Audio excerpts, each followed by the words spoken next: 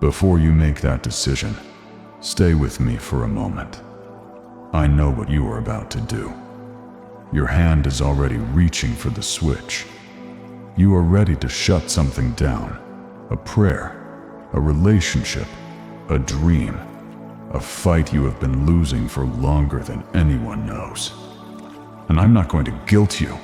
I'm not going to threaten you. But I need you to pause, right here, right now, because what I'm about to say could change whether you stay or go, and you deserve to hear it before you choose. You are exhausted, not the kind of tired that a weekend fixes. This is something deeper. This is the kind of weariness that wraps itself around your ribs and squeezes every time you try to take a full breath. You wake up already defeated. You go through your day performing strength you do not feel. You smile at coworkers. You tell your family you are fine. You answer the phone and make your voice sound steady because you have become an expert at hiding. And at night, when the world gets quiet, the weight finds you again. It always finds you. It knows your address. It knows the exact hour when your defenses come down, and it sits on your chest like a stone that no amount of prayer seems to lift. You have cried in rooms where no one could see. You have locked bathroom doors and let the tears come while the shower ran so no one would hear. You have prayed prayers that felt like whispers into an empty hallway.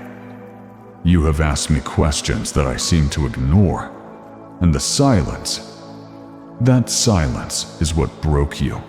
Not the struggle, not the pain, the silence, because you could endure anything if you knew I was listening. But the doubt crept in, slowly at first, then louder. The thought that maybe you were screaming into nothing, that maybe you have been holding on to something that was never going to come, that maybe the promises you memorized and repeated over your life were just words, beautiful, ancient, and ultimately empty. And now you are here, standing at the edge of something that feels irreversible. You have not told anyone how close you are to walking away. You have not admitted even to yourself that the thought of quitting has moved from a whisper to a plan. I see you. I see the weight behind your smile. I see the prayers you stopped finishing because you ran out of words. I see the nights where you bargained with me, offering anything, everything, if I would just move. And I see the morning you woke up and thought for the first time, what if I just stop? Listen closely. By the time this message ends, you are going to understand something that has been hidden from you.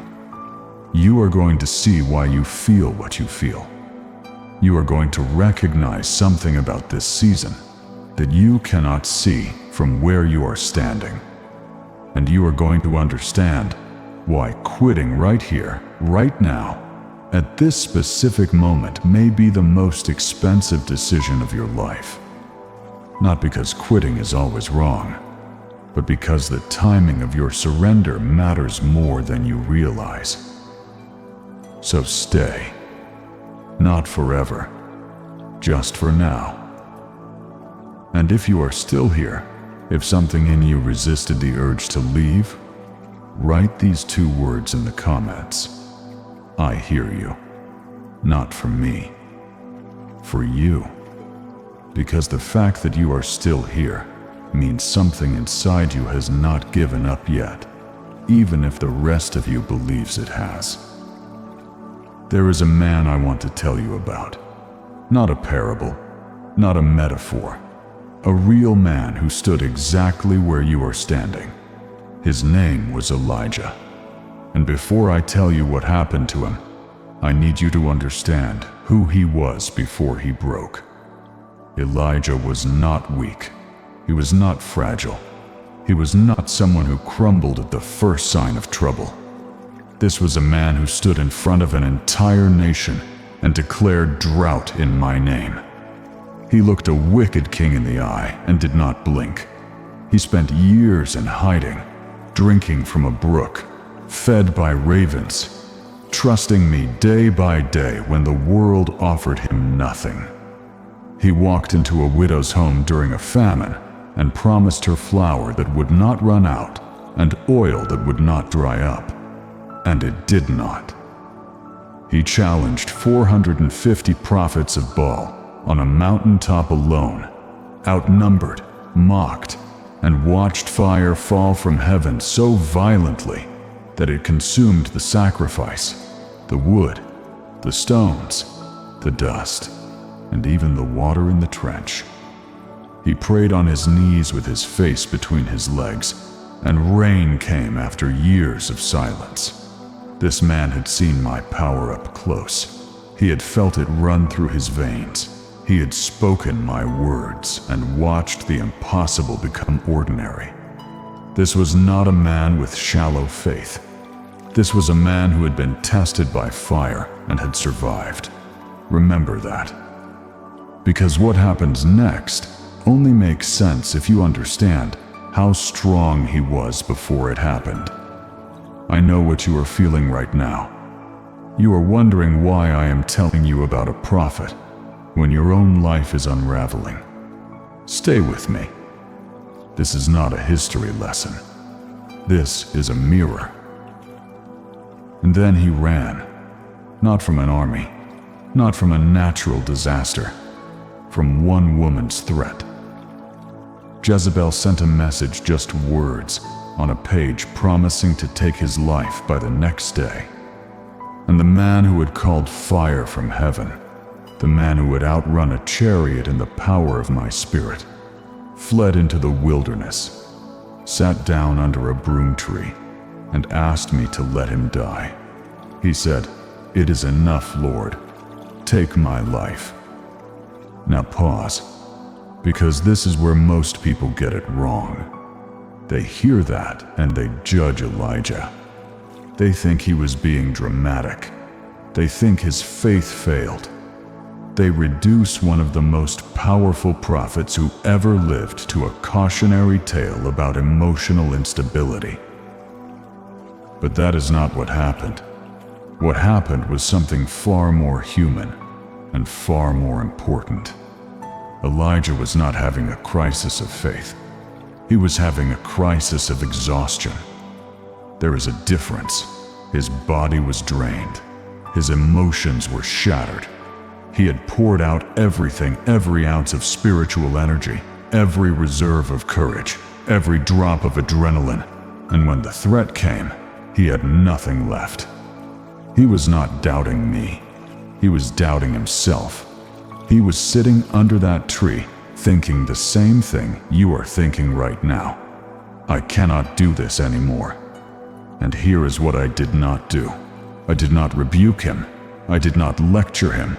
I did not send thunder or a booming voice to remind him of his failures. I sent an angel. And the angel did something that should change the way you think about me forever. The angel brought bread and water and said, "Eat." That is it. No sermon, no correction, no 5-step plan for spiritual recovery, no lecture about his lack of faith, no reminder of all the miracles he had witnessed. Just bread, just water, just rest. Because I knew something that Elijah could not see in that moment. He was not failing spiritually. He was depleted physically. His nervous system was shattered. His emotions were raw. His body had given everything it had, and there was nothing left to draw from. And I do not shame people for being human. I created humanity. I know its limits. I know when a soul needs theology, and when a soul needs sleep. And in that moment, Elijah needed sleep. I want you to notice something about the way I responded to him. Because the way I treat people in their lowest moments reveals more about my character than the way I treat them on their best days. I did not compare him to Moses. I did not remind him of Abraham's faith. I did not ask him why he was not praying harder. I met him exactly where he was, on the ground, under a dying tree, in the middle of nowhere, and I fed him. Beloved, I am meeting you the same way right now, not with a lecture, not with a list of everything you should be doing differently, with presence, with bread for your spirit. Stay with me. But there is something else in this story that most people miss entirely. Now let me take you back to that tree, because what happened next is the part that will reach into your chest and hold your heart. Elijah ate, he drank, he slept. And then the angel came again. Not with a revelation, not with a mission, with more food. And the angel said something that contained more tenderness than most people will ever hear in a lifetime. Get up and eat, for the journey is too great for you. The journey is too great for you. Read that again. I did not say the journey was too great, and therefore it was over. I did not say the journey was too great, so I was giving it to someone else. I said the journey was too great for you, meaning you cannot do this alone, meaning you were never supposed to, meaning I was about to feed you strength that your own body could not produce. And that, beloved, is where you are right now. You are not at the end. You are at the place where your own strength has run out. And you have mistaken the end of your strength for the end of the road. Those are not the same thing. Your strength was always going to run out. I designed it that way, not to punish you, to position you. Because as long as you had enough on your own, you would never let me carry what I was always meant to carry. The breaking you feel right now is not failure. It is transition. It is the exact moment where your effort ends and my power begins. And I know that sounds like something people say on greeting cards, but I need you to sit with it, because it is the truest thing I will say to you today. You feel like you are falling apart. But falling apart and being taken apart are two very different things. One is destruction. The other is renovation. And I do not destroy what I love. I rebuild it. Hear me carefully. This next part matters. Now let me speak directly to the lie that has been circling your mind, because there is a specific thought that has been repeating itself, and you have heard it so many times that you started to believe it was your own voice.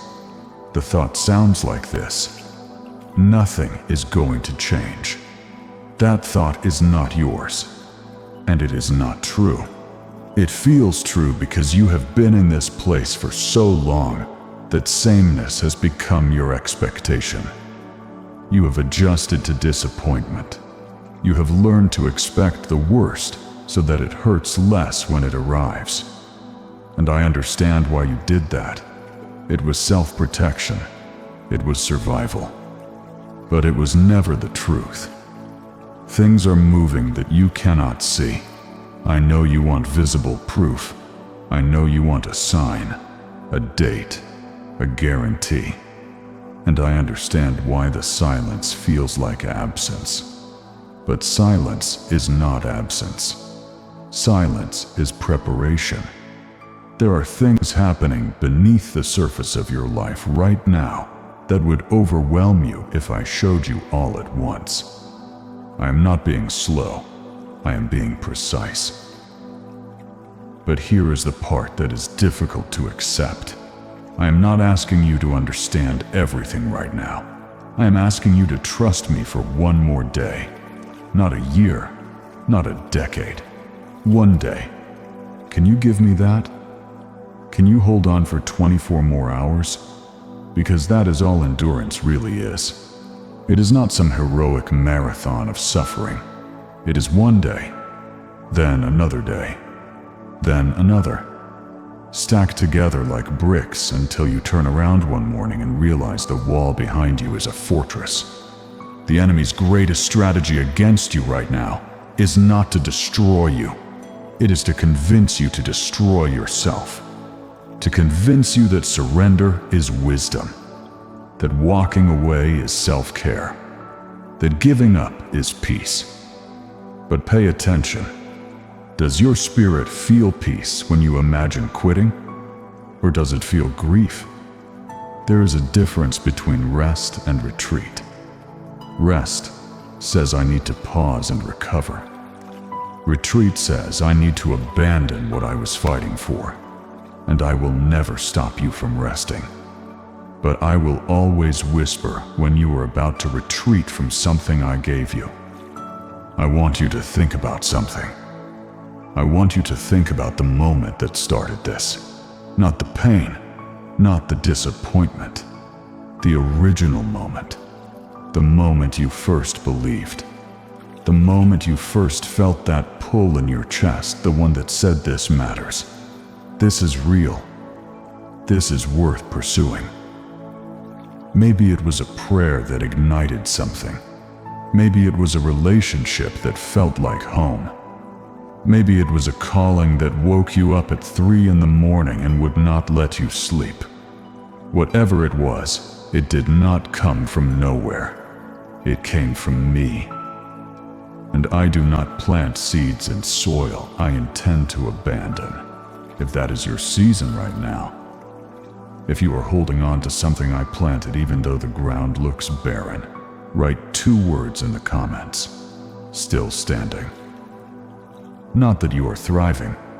Not that you have it figured out. Just that you are still here. My beloved, this part matters. Listen. Now here is what I need you to do. I need you to choose one word. Just one. The word that describes what you need most right now. Hope. Strength. Faith. Peace. Whichever word rises first, that is the one. Write it in the comments. Not for anyone else. For you. Because naming what you need is the first act of believing you can receive it. Let me tell you what happened to Elijah after he ate. He did not immediately return to the mountaintop. He did not suddenly feel invincible. He did not leap up with a battle cry and charge back into the fight. He walked, slowly, steadily, for 40 days and 40 nights. On the strength of that one meal, the bread and water I provided under that tree, he walked all the way to Horeb, the mountain of God. 40 days of putting one foot in front of the other. 40 nights of sleeping on open ground under a sky full of stars that did not explain themselves. And I want you to notice what I did not do during those 40 days. I did not rush him. I did not send another angel halfway through to tell him to speed up. I did not put a deadline on his healing. I let him walk at the pace his broken body could manage. Because I am not in a hurry with your recovery either. You feel like you are falling behind. You feel like healing should have happened by now. But I do not operate on your calendar. I operate on your readiness. And sometimes readiness takes longer than you want it to. I have not abandoned you. I need you to know that. The silence is not absence. The delay is not denial. I am walking beside you even when you cannot feel my footsteps. When Elijah arrived at the mountain, I did not meet him with fireworks. I met him with a question. What are you doing here, Elijah? Not an accusation, a question. The kind of father asks when he already knows the answer but wants his child to say it out loud. And Elijah answered honestly. He did not perform faith. He did not pretend to be fine. He told me he was the only one left. He told me everyone else had abandoned the mission. He told me he was afraid and alone and finished. And that honesty, that raw, unfiltered honesty, did not offend me. It moved me. I did not argue with him. I did not correct his perception. I simply told him to stand on the mountain because I was about to pass by. And then came the wind. A violent, mountain-shattering wind that ripped apart rocks and broke the stone face of the mountain itself. But I was not in the wind. Then an earthquake that shook the ground beneath his feet. But I was not in the earthquake. Then fire-consuming, roaring fire. But I was not in the fire.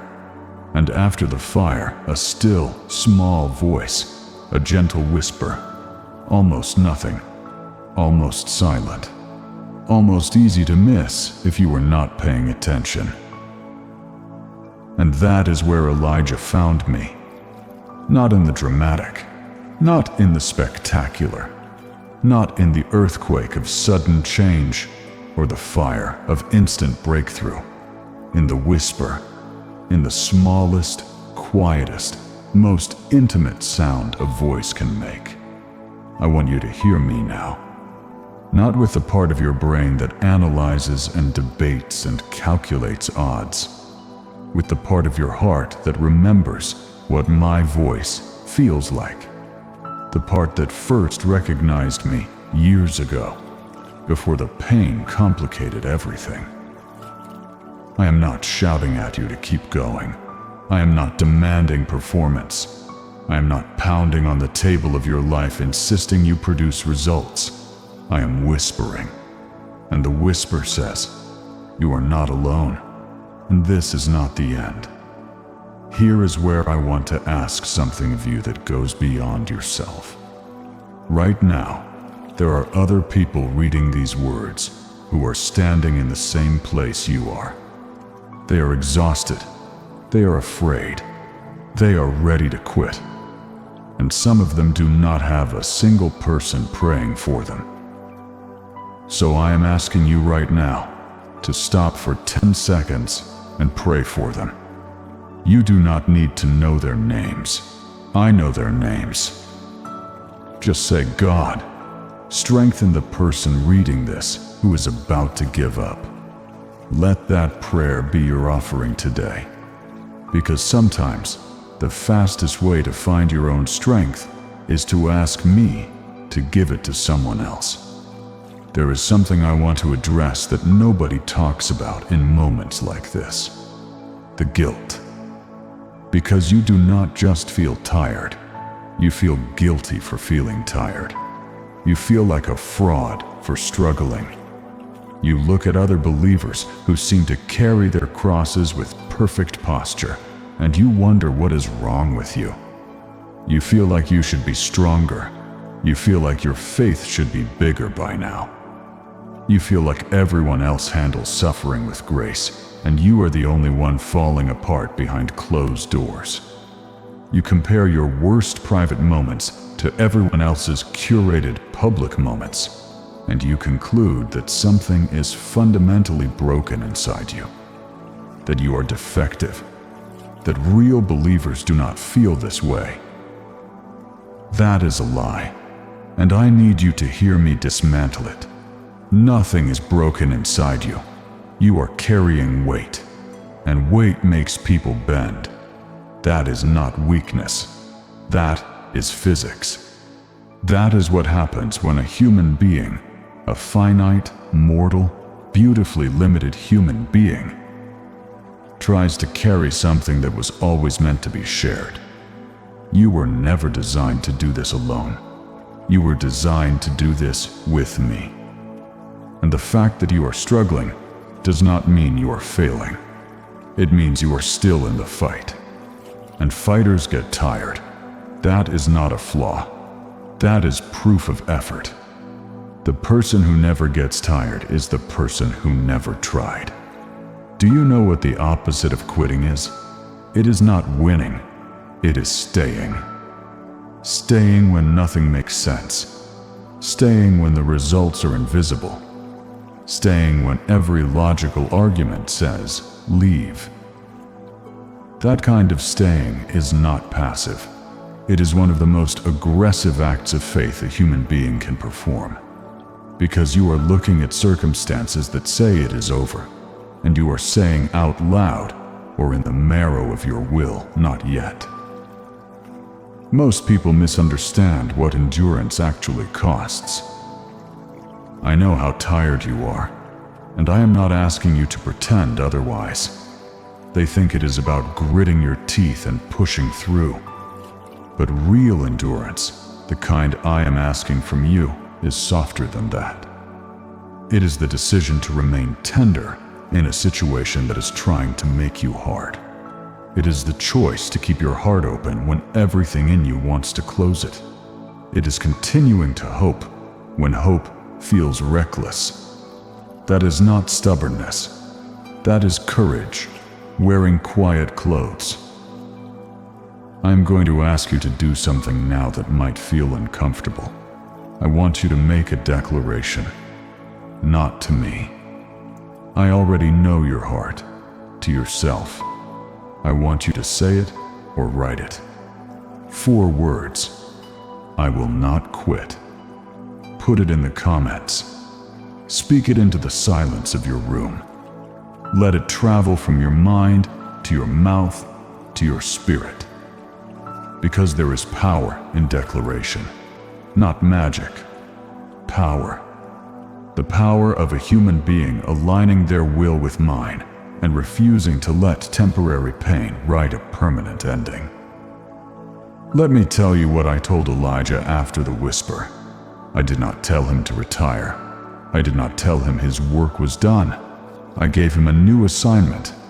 I told him there were 7,000 people in Israel who had not bowed to Baal. 7,000. He thought he was the only one. He thought the mission had failed. He thought he was fighting alone in a battle that no one else cared about. And he was wrong. He was surrounded by 7,000 allies he could not see. You think you are alone in this? You are not. There are people praying for situations they do not fully understand, and some of those prayers are for you. There are doors being unlocked in places you have never visited. There are conversations happening in rooms you have never entered that are shaping something on your behalf. I am not idle, I am orchestrating, and the fact that you cannot hear the music does not mean the symphony is not playing. But I need you to still be here when the crescendo comes. This is the part I have been building toward, and I need you to hear it clearly because everything else has been preparation for this single truth. Do not make permanent decisions from temporary pain. Sit with that. Do not rush past it. Let it land. What you feel right now is real. I am not dismissing it. I am not minimizing it. I am not telling you to pray harder or fast longer or just have more faith. The exhaustion is real. The disappointment is real. The loneliness is real. The sense of abandonment, even if it is not true, it feels true, and I understand the difference. But here is what I need you to see. It is temporary. Not because it will vanish tomorrow, because it will not define tomorrow. Pain is a season.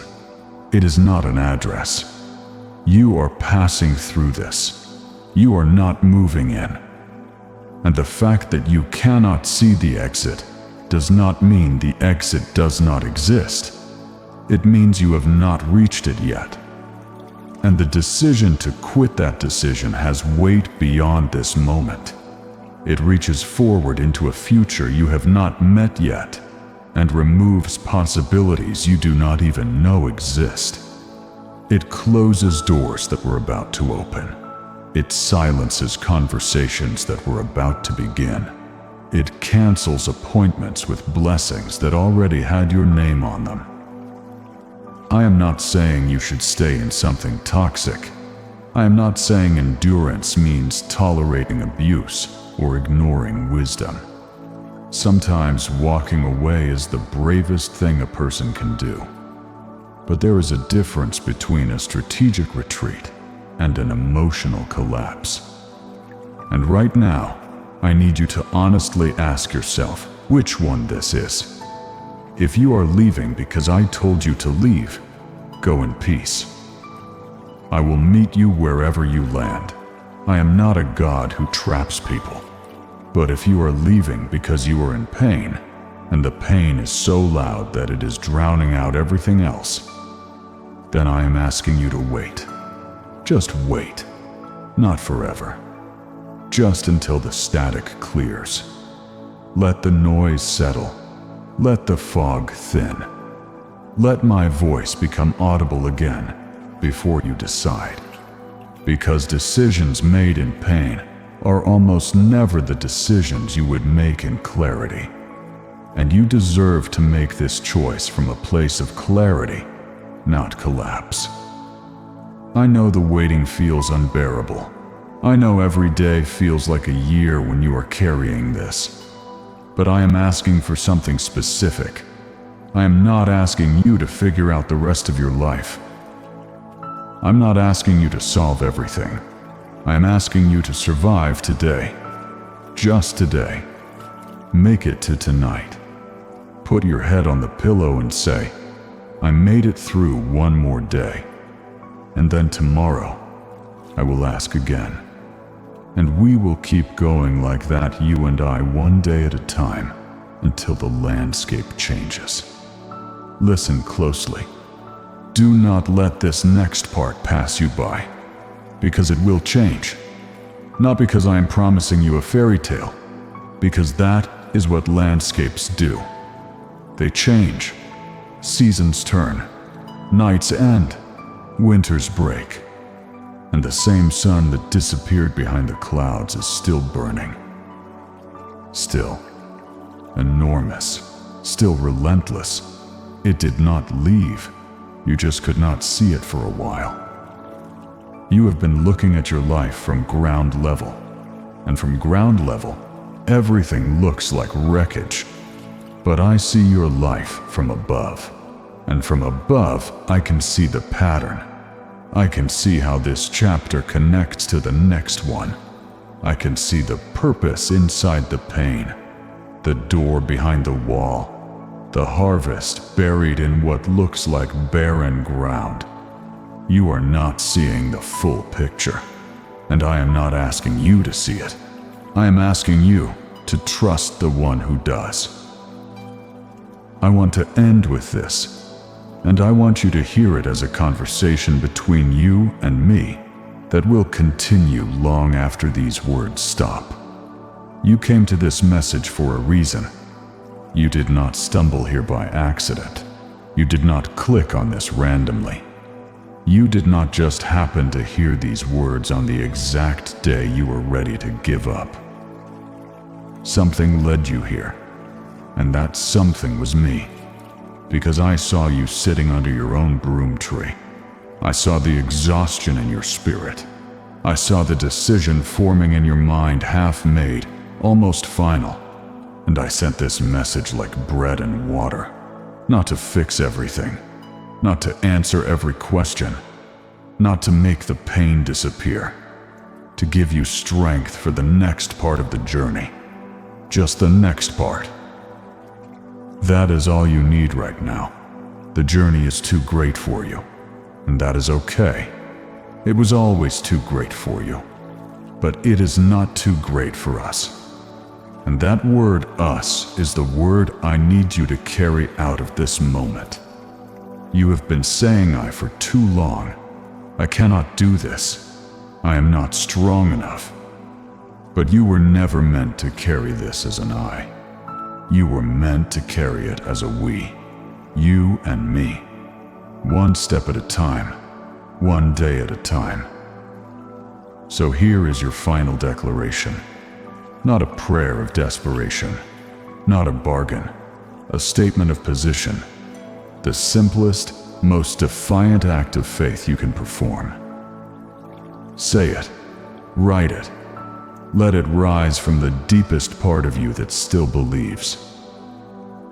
I am staying, not because I have all the answers, not because the pain has stopped, not because I can see the finish line, but because the God who fed Elijah under that tree, the God who did not shame him, did not rush him, did not replace him, is the same God speaking to me right now.